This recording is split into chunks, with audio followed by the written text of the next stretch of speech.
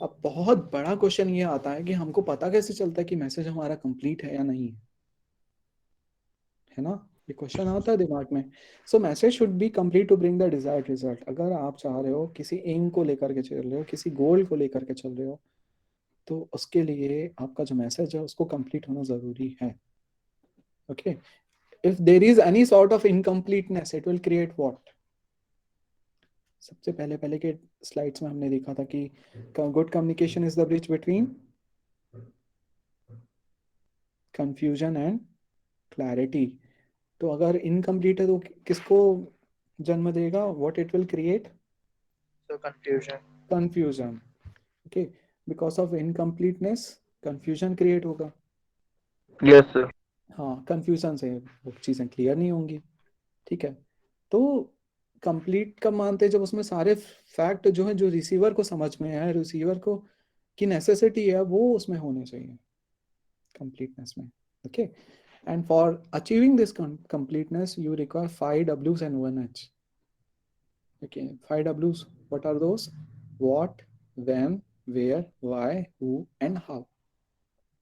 अगर आपने अपने मैसेज में इन 5 W's और एक H को इन्वॉल्व कर लिया तो आपका मैसेज कंप्लीट हो जाएगा। Okay, so this is a very simple rule in order to achieve completeness. As you can see here, jigsaw puzzle है ना, ये jigsaw puzzle है। यहाँ पे अलग अलग टुकड़े मिल करके एक कंप्लीट वर्ड बना रहे हैं, कंप्लीटनेस करके। सिमिलरली आप अगर इन पांचों डब्ल्यूज को एक एच को अगर मिला लेते हो, आप अपने मैसेज को कंप्लीट बना लेते हो। Okay, suppose there is a time table of your examinations and there is no time mentioned in it, what is going to happen then? Sir uncomplete है। इनकम्प्लीट रहेगा तो उसका रिजल्ट क्या होगा then? It will be chaotic, chaos हो जाएगा, समझ में नहीं आएगा, and you are going to call faculty and other students, भाई उसमें तो है ही नहीं, something like that. That's why instructions are there, है ना, डेट टाइम, कौन सा पेपर होगा, कब होगा and all. Okay, so these are very simple things, but हम उसको नहीं ढूंढ पाते हैं। टाइम टेबल में अगर देखिए व्हाट वाला फैक्टर क्या है, वो किससे रिलेटेड है? Time table related to exams, है ना।